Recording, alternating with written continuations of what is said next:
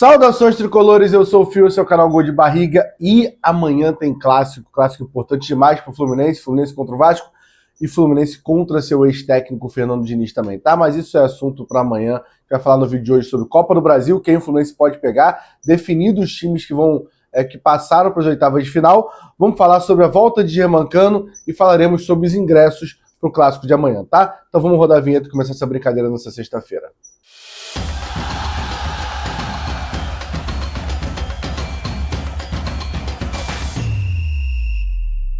Antes de começar a falar de Copa do Brasil, vou pedir para você, deixa o like, se inscreve no canal, que ajuda muito. Quem puder ser membro também, link está na descrição, tá? Tem dois tipos de membro, dois planos de membros aqui. O Leste Raiz, que é R$5, e o Setor Sul, que é R$20. O Setor Sul te dá acesso ao grupo de WhatsApp que eu tô lá. Eu, o Lucas, a gente fica trocando ideia com todo mundo. Então quem puder, clica no link aqui e participa, tá bom? Vamos lá falar dos 16 times que passaram. Um deles é o Fluminense para as oitavas, né? Tá afunilando ali a Copa do Brasil, agora são 16 times nas oitavas de final. E tamo nele, né? Fio, dá pro Fluminense ganhar? Dá, cara. Copa do Brasil dá pro Fluminense ganhar? Pra mim, sou torcedor, né? O Brasileirão dá, o Mundial dá pra mim. Mas a Copa do Brasil, ainda mais se você tiver sorte, a gente vai falar um pouco disso. Ali no sorteio, você vai pegando adversários que vai sendo mais tranquilo. Daqui a pouco, quando você vê, você tá numa semifinal de Copa do Brasil, como aconteceu com o Vasco, por exemplo, no ano passado, que chegou mesmo com o time do Vasco, todo o histórico do Vasco, chegou na semifinal do ano passado da Copa do Brasil, tá bom? Vamos passar pelos confrontos aqui, tá? O Vasco e o Operário, né? A gente viu que foi um sufoco lá, né? Foi para os pênaltis. O Operário teve chance de passar ali nos pênaltis, já teve prioridade ali de passar, mas a camisa no final acabou pesando e o Operário pipocou ali na hora dos pênaltis. Mas Vasco e Fernando Diniz sofreu para passar do Operário. O Fluminense passou da Aparecidense, primeiro tempozinho, mas já falou muito do Fluminense. Tá? Vamos falar dos outros times. Bahia atropelou o Paysandu. O Botafogo tinha feito no primeiro jogo um 4-0. Então conseguiu administrar, seguro, poupar para o segundo jogo e perdeu para a Capital de 1-0, mas passou o Botafogo. Botafogo esse que não tem título da Copa do Brasil, vale a gente lembrar, tá? O Inter atropelou o Maracanã. O Retrô eliminou o Fortaleza lá no Castelão. Então a gente tem o Retrô passando, esse é um bom time para pegar, né? O Retrô passando para as oitavas de final. O Atlético Paranaense eliminou o Brusque, um empate e uma vitória de 1-0. O Palmeiras atropelou o Ceará. O Ceará é mais um time da primeira divisão que não está participando mais das oitavas, mas aí um dos dois não vai passar, né? Ou o Palmeiras ou o Ceará. Atlético Mineiro atropelou o Maringá, apesar de empatar o primeiro jogo fora de casa, atropelou 4-0 o jogo de volta. Flamengo também conseguiu poupar, ganhou de 1-0 lá, ganhou de 4-2 aqui. O São Paulo também passou do Náutico sem muito susto. Cruzeiro atropelou o Vila Nova. O Santos de Neymar rodou para o CRB, né? Vale lembrar aí que o Santos de Neymar paga 21 milhões para o Neymar e foi eliminado. A volta de Neymar jogou ontem e foi eliminado nos pênaltis para o CRB, lá no estádio Rei Pelé.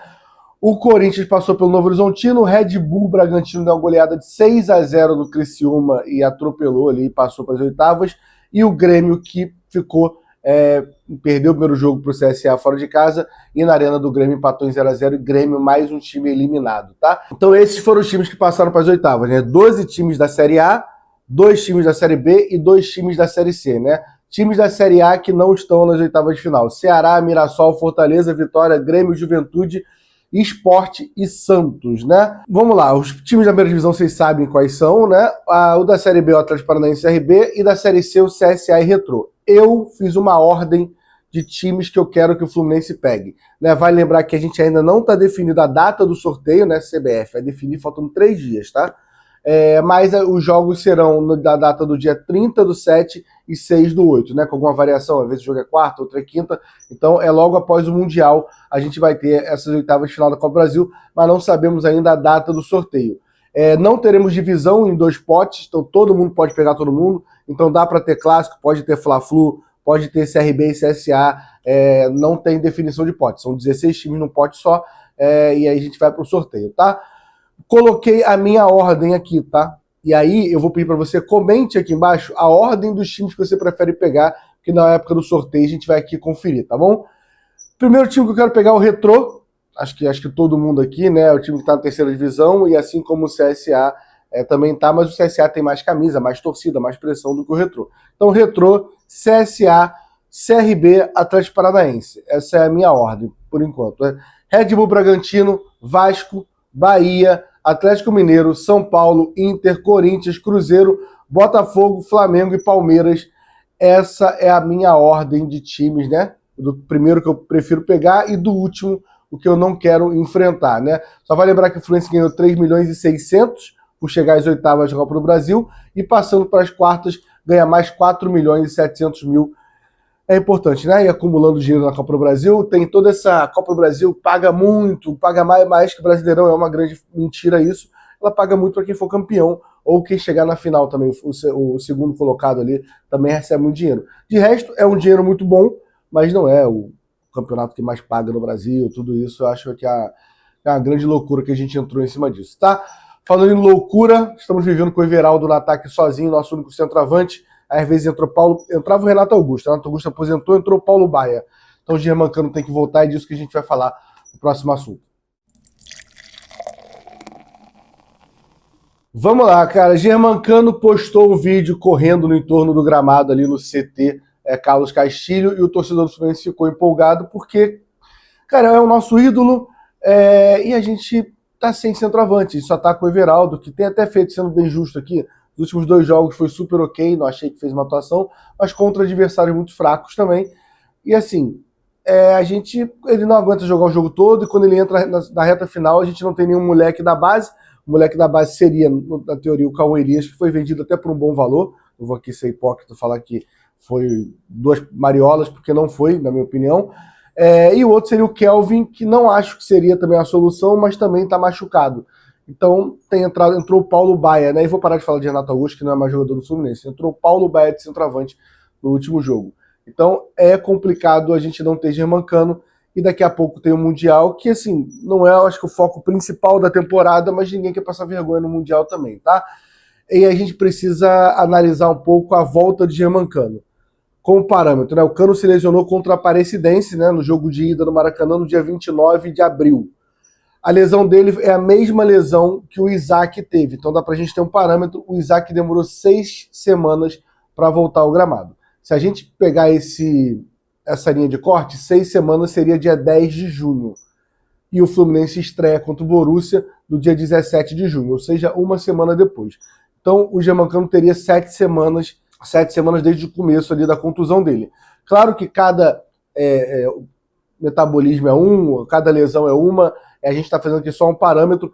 Eu tenho uma esperança do Germancano jogar, mas assim, baseado em torcedor, mas vendo ele correndo, eu fiquei muito com esperança dele jogar pelo menos contra o Internacional, que é sem ser esse final de semana, o próximo final de semana, né?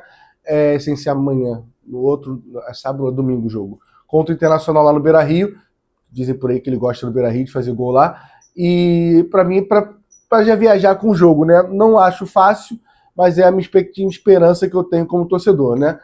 Vale só lembrar, cara, para quem é pessimista e às vezes rasga um pouco a nossa história, até com falta de respeito, né? Nem todo pessimista falta com respeito, mas alguns faltam, né? Ah, mas o Cano também não vai decidir nada. Cara, são 23 jogos na temporada e são 14 gols. É uma média muito boa, você querendo ou não, é uma média que está entre os primeiros. Eu acho que ele se machuca, ele é o artilheiro do ano no Brasil, né? Se eu não me engano, empatado com o Verratti do Vasco. O Verratti hoje já passou, tem 1 ou 2 gols a mais que ele, porque o Cano machucou. Então, assim, torcer pela volta do Cano, é boa sorte para ele voltar logo, e boa sorte, consequentemente, para a gente também, porque é muito bom comemorar gol de qualquer jogador do Fluminense. Comemorar gol do Cano é bom demais, e eu espero que no Mundial a gente comemore o gol do Germancano lá nos Estados Unidos, tá bom? Vamos para o último assunto, que o jogo de amanhã é importante a gente trocar uma ideia sobre isso. Vamos lá, amanhã é dia de clássico no Maracanã, né? O Fluminense e o Vasco fizeram um acordo, assim como o Vasco e o Flamengo, dos clássicos no Maracanã serem meio a meio, e não tem mais e o Vasco também vai mandar no Maracanã, consequentemente. Então a gente não tem que jogar no Engenhão, que a gente também não é do nosso agrado jogar no sintético do Engenhão. A gente não tem aquela confusão, o jogo pode ser em São Januário ou não, mas normalmente não pode, né? E aí tem que vender para Brasília, para outro lugar. Então acho que é um acordo interessante, cara, o setor sul sendo do Fluminense, não tem debate nenhum sobre isso, né? O Vasco aceitou, se não aceitasse também era só o problema dele, só não ia jogar no Maracanã, né? E aí, cara, eu acho bom pro Fluminense isso, porque eu gosto de clássico meio a meio, não vejo problema nenhum, eu não gosto de clássico 90-10, isso me irrita. Eu acho que é uma das poucas coisas que o futebol carioca ainda resiste bem, e que eu tenho medo e caminha para acabar com o tempo, vaidade de dirigentes, né? Isso é uma coisa que é triste demais. Enfim, a torcida do Fluminense estava muito desanimada e a torcida do Fluminense, a gente precisa falar disso aqui. É uma torcida que tem uma média boa de público nos últimos anos. Nossa média é de 30 e poucos mil no Brasileirão, 35, 33, que é uma média boa. A gente está sempre ali na sexta, sétima posição entre as maiores médias de público do Campeonato Brasileiro. A galera fala muito que a torcida do Fluminense não vai, a imprensa, os outros torcedores não vai para o estádio. É só olhar os números que sim, a gente vai para o estádio. Porém, a gente tem que ser realista. Em clássico, a gente tem deixado a desejar.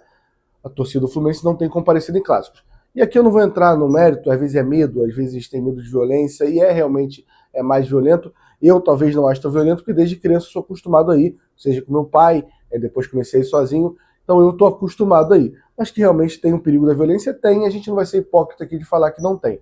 Mas tanto não tenho medo que vou estar trabalhando e o Lucas vai levar o Frederico, meu filho de 9 anos, depois ele volta sozinho e eu conto com ele aqui em casa. Então assim, eu me sinto muito à vontade, mas eu entendo quem não se sente à vontade em clássico. Mas a torcida do Fluminense tinha medo que a torcida do Vasco se empolgou muito pela estreia do Diniz contra o Fortaleza, e 3-0, tudo isso, apesar de sofrer uma passada do Operário, né? A gente sabe como funciona. Abriu primeiro a venda para os sócios do Fluminense, não vendemos muitos ingressos, e quando abriu para o Vasco, tinha essa impressão que a torcida do Vasco ia esgotar rápido o setor norte, ia ser um massacre na torcida. E não foi, cara. Marcelo Neves publicou ontem que a parcial de ingresso é de 26 mil ingressos. Então caminhamos para um Maracanã com 40 mil pessoas, então não é um Maracanã que vai estar lotado, e não vai ter esse massacre. Vai ser uma torcida, talvez, pode até ser um pouquinho a maioria deles, mas assim, não vai ser esse massacre aí, vai ser uma torcida bem tranquila em relação à quantidade. E por que eu tô falando isso? Porque talvez isso ajude você que tá pensando que ia chegar lá, ia ter muito torcedor do Vasco, ia ser um clima muito hostil. Talvez não, cara. Talvez realmente vai ser uma torcida meio a meio e te deixe com mais a vontade de ir. Então, quem puder ir, mais uma vez, esse assunto aqui é para quem pode ir, quem tá com dinheiro para ir, quem tá com tempo para ir. Não tô aqui cagando regra que você tem que não. A única pessoa que eu tenho que brigar que tem que ir no Maracanã, e por enquanto é meu filho que tem 9 anos, e eu mesmo, é minha vida. São os dois. De resto, a vida é de cada um, não vou ficar aqui sendo fiscal de torcida, não. Mas quem puder, vá, cara, porque faz diferença estar na arquibancada. Apesar de não viver um momento bom em clássicos, no geral, né? Desde 2023 a gente não vive bons momentos em clássicos, nem assim o Vasco tem conseguido ganhar da gente. De 2019 para cá, o Vasco só ganhou da gente 2 vezes. Em 2019 para cá. Foram 13 jogos e 2 derrotas só pro Vasco. Um 4-2 que a gente está vivendo o clima de Libertadores. É 23 esse jogo, não é? É 23. Vivendo o clima de Libertadores. E o jogo é no Engenhão, né? É no sintético do Engenhão. O jogo tem gol do Marcelo e tal. E o jogo do Daronco. O Daronco acaba com o jogo que também é no Engenhão. Sem sintético, o Vasco não ganhou da gente desde 19. Então, assim, o Fluminense é muito favorito. Além de todas as vezes que a gente enfrentou o técnico Fernando Diniz do outro lado do campo, a gente ganhou a maioria, né? São 6 jogos até agora, são 4 vitórias e 2 derrotas, né? Nunca teve nenhum empate. O Fluminense ganhou dele quando ele era técnico do Atlético Paranaense, jogando em casa, ganhou de 2-0. O Fluminense ganhou quando ele era técnico do São Paulo, lá no Morumbi, de 2-0. O Fluminense ele ganhou do Santos quando ele era técnico do Santos em 2021. E ele ganhou ano passado quando ele era técnico do Cruzeiro. Não ganhamos ainda quando ele era técnico do Vasco, isso vai acontecer amanhã, tá bom? Então é isso, amanhã é dia de clássico tem pré-jogo gravado em bar, então a gente vai gravar, não sei se vai ter mais algum vídeo hoje, talvez tenha, tá? Mas se não tiver, tem live hoje também, mas amanhã é dia daquele pré-jogo que a gente grava no bar, para ter um clima bem descontraído ali, e a gente entrar no clima mais rápido possível para estar no Maracanã bem animado ali, torcendo pro Fluminense, tá bom? Então se inscreve no canal, deixa o like, se puder seja membro também, clica aqui e dá uma olhada, tá? Ajuda muito o canal. Tamo junto, até a próxima, saudações.